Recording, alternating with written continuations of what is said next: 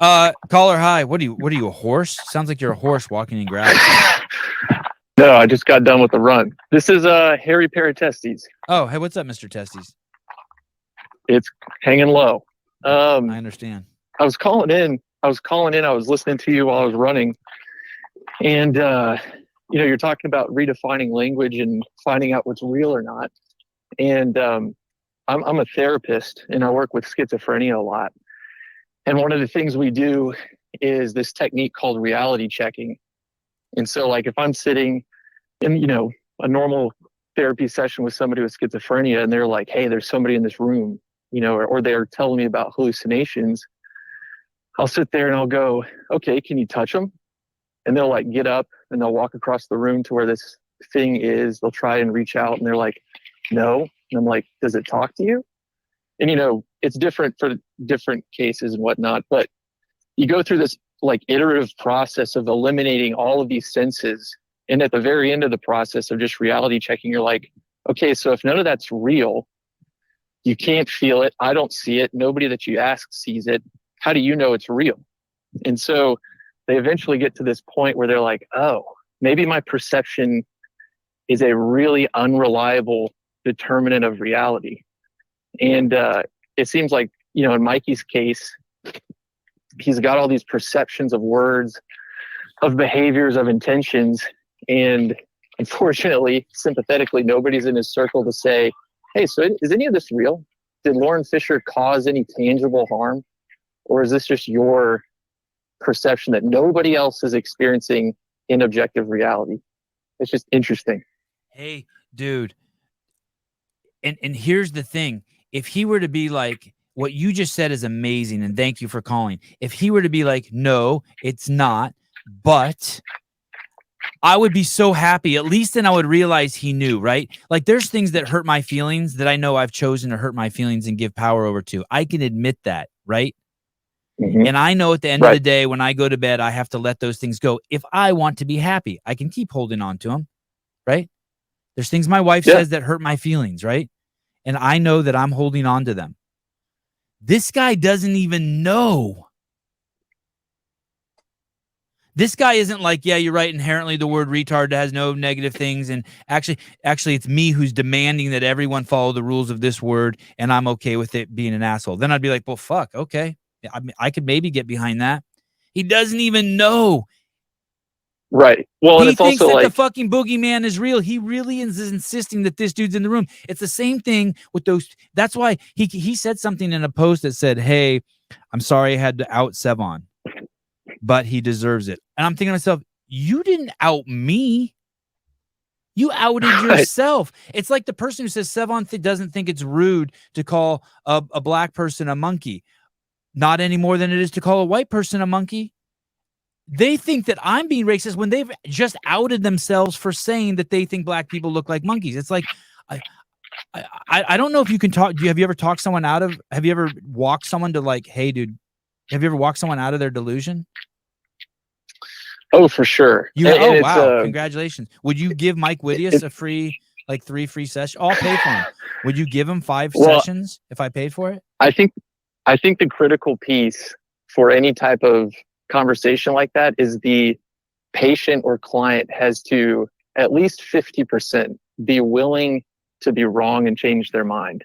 Right. And I mean, really with any psychotherapy, any talk therapy, anything I do that's successful or any positive outcome hinges on the individual at least being open and willing to hear a different perspective. And so like, in referencing terminology and whatnot, and whatever word he finds offensive, with patients that I've worked with in the past that are like, an abusive parent or a borderline bipolar individual that, exhibits the same behavior where it's like, oh, they said this and that only means that. I'll ask them like, hey, what do you think is a better word for them to use? And they'll give me their preferred term or whatever. And I said, okay, but let's assume they're as evil as you say they are. Does that change them if they just say it differently? So whether or not it's the word retard, whether or not it's mentally handicapped, does that change the inherent nature of the individual you're saying is inherently evil?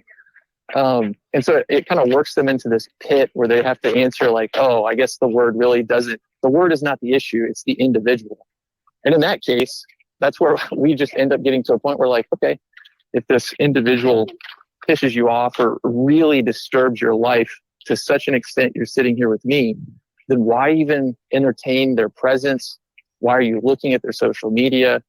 Why are you doing anything that sets you off? Because clearly you've destined them to an eternity of just evil. So it's like, okay, you just answered that you can't change them. So move on.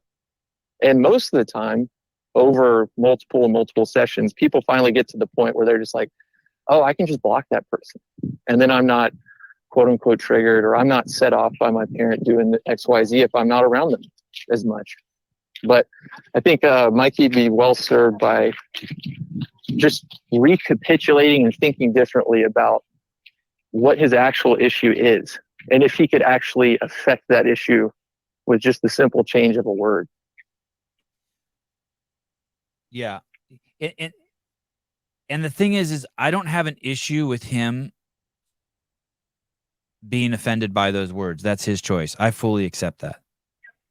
Sure. I fully accept that. And if he wants to like send someone a message and say, hey, just so you know, there's people like me who've chosen to let that word hurt me, I'd be like, okay, I feel you. Like there's certain words that that I allow to hurt me too. Yeah, we can work on that together.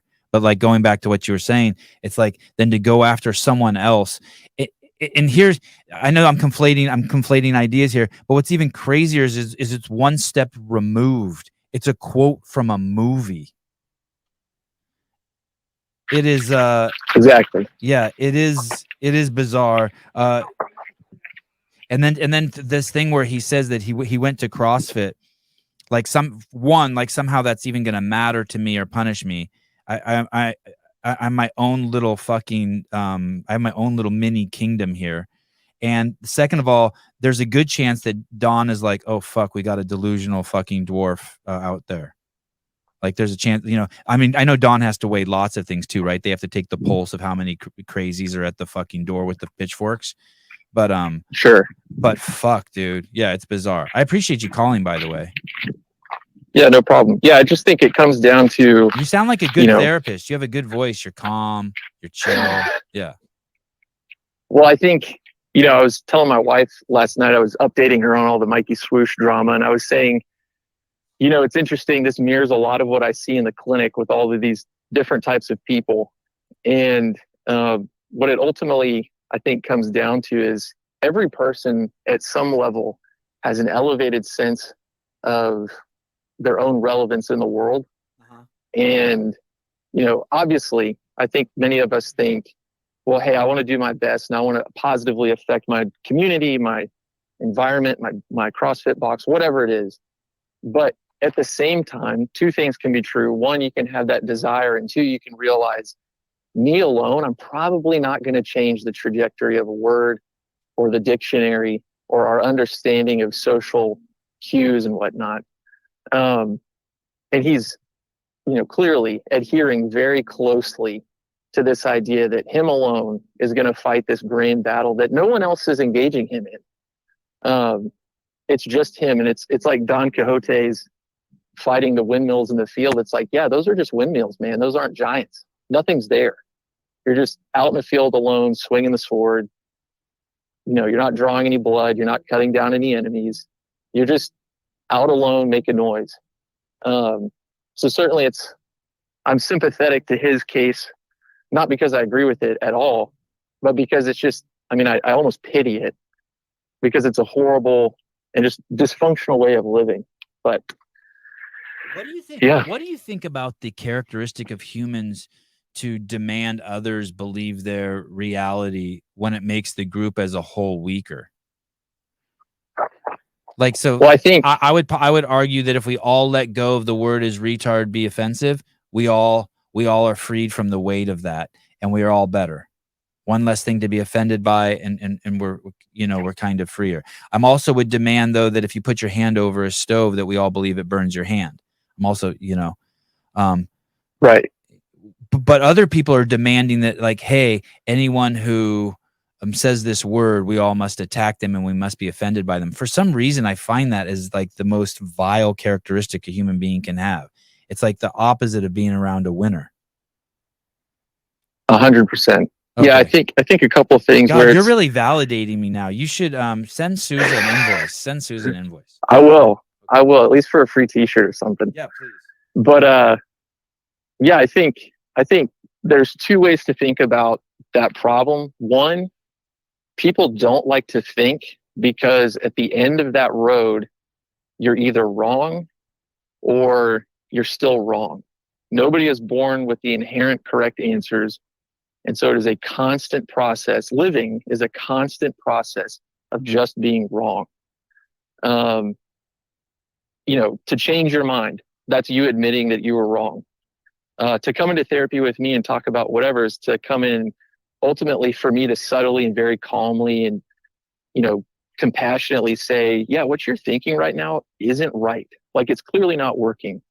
So I think in the grand scheme of things, people are resistant to, thinking, which makes them resistant to changing their outlook on, who or what is correct. Because, Mikey Swoosh, at the end of all of his, process of thinking that's got him to this point, he doesn't think there's any other way around it. There's no other option for anything to be true in the world other than his own current opinion. So it's a scary prospect. You don't even think a tiny piece of him is like, wow, it's actually me who's the racist? You don't think even it's crept in even a little bit? Like he's looked at himself and been like, oh shit, I'm demanding that people be oh shit, that's because I think I'm better than other people. Oh no. You don't think that there's some like even an I for sure think that's possible. Okay. I think that's possible, but then you have to consider, if he has that realization, he can do one of two things. One, he can post to his Instagram and say, hey guys, I'm the racist, not Savon, which, I mean, talk about a daunting task. Or two, he's got to have the humility to admit to himself fully and accept it, that, wow, I was wrong. I was kicking up dust over something where I didn't have a clear picture of what was true. So I think the obstacles, he probably realizes that, or probably has some inclination that maybe I should just not pursue this. Yeah. But then that requires him to, have a front tail and be humble. That's what my advice to him was like, hey dude, just lay low for 6 months or a year and let this pass and like process some shit. Like, seriously, you'll come out better on the other side. For sure. I have a question for you, off subject. Do you ever, when you're in the room with these people, get the EBGs? Like, so I'll give you an example. I had this guy on a guy who said like the UFOs were really like angels and gods and shit. And like one had come and like they'd come visit him in his house. And after the show was over, or as the show was ending, he goes, yeah, and if anyone wants to see these angels and UFOs, just look up to the heavens and be like, hey, show yourself. So the show's over and it's like 11 o'clock at night and I have to leave my studio and walk back to my house and it's really dark out here, right? And I look up to the heavens and I'm like, maybe I should ask for them to show themselves. And then I fucking get scared and I start running back to my house. Like I freak my, you ever get in there and like, and when someone's like, yeah, Michael's in the room with us right now and he has a knife. And like, you feel like the hairs on your back kind of stand up. You're like, ooh. Oh, 100%. Yeah. Oh, good. All right. That makes me I've had schizophrenia patients that, have talked about what they're seeing in the room, and even, patients that are homicidal or have homicidal ideation. And they're telling me like, I bought a gun because I'm going to kill my husband. Oh my goodness. Oh my goodness. And so like, you're just sitting there having these conversations with folks, and even folks that are contemplating suicide or just came out of the emergency room for attempting suicide. Yeah, you get like the heebie-jeebies and kind of a shiver where you're just like, ugh, this is a side of life I'm glad I don't live in. Or do you ever think that like that? What I'm saying is that they might be telling the truth. Like, when your dog keeps, like, you're home alone, you're 12 years old, and your dog keeps looking up in the corner of the room. You're like, hey, motherfucker, stop. Right. There's nothing up there. What are you doing? You're fucking with me. Well, that's, when I get spooked in that situation, I always just say, hey, can you show me? Can you prove that? Okay. And then it puts the onus on them to, substantiate their claim. Because ultimately, like, that delusion is the foundation of their mental unhealth. So the more I can pull that out and set it on its own in their mind, one, that helps them in session, but then two, it just helps me not get creeped out, because I'm like, oh yeah, okay, thank God they can't prove that. When is that woke shit gonna hit your profession when they're like, well, actually those voices are real. Actually, you are like, oh dude, it's already here. And it really comes down to trans issues and schizophrenia. yeah. I mean, that's the biggest thing in our clinics, where I ask our clinic directors and other folks in our clinic, I'm like, so why do we say to the schizophrenic, hey, yeah, that voice isn't real, nobody else hears it? But if a kid comes in, a 15-year-old that's trans with a bunch of piercings and yada, yada, yada, we're like, oh my gosh, we need to affirm what they're doing in their care. So I always push back, and I'm like, what gives us the authority to tell no to one person and yes to the other? Because neither they can prove, and we can't prove either. Like, which delusions in vogue? Which one do we accept, and which ones are we gonna like help them like reconcile? Correct. Yeah. So like a lot of the answers are, well, the individual with schizophrenia, they have a difficult time holding a job and all this kind of stuff, yada, yada, yada. And just recently I had the conversation with a couple of our therapists where I'm like, let me ask you, like, in the community, how many like trans teenagers or trans adults do you meet? And everybody was like, maybe one. And I'm like, how many are in the clinic? And we're like, well, we've got like 20. And I'm like, okay, well then what does that say about that lifestyle? Right. Because fish don't run on land, they're in water. Tattoos and piercings have strong correlates like that too. Hey, someone, Clock wrote this in the comments. There's an entire dimension of cancel culture that's being missed here. This is interesting what he says. It's a mouthful. Here we go. The lefty woke crowd identifies you as part of the enemy tribe. Then they use your violation of their made up rules to hurt you. Yeah. So that's what this guy's kind of doing, right? I said a word that he's promoting, and then he's taking this sentence that I used that I accused him of and twisting it to be like, hey, I'm racist because I was pointing out that because of something I said in my vernacular. It's like their rules are fluid. Yeah, and they change. It's bizarre. I'm trying to think if I do that anywhere in my life where I could empathize with it, where like I'm always changing the rules in order to suit my in order to what suits me. I guess if you don't have values or morals, you can kind of do that. I think most people do it in subtle ways. Like, of course I do that with my wife if we're in an argument. I'm like, well, that's not what I said. Even though in my own mind, I'm like, yeah, I'm a dumbass. Like, I obviously said that earlier.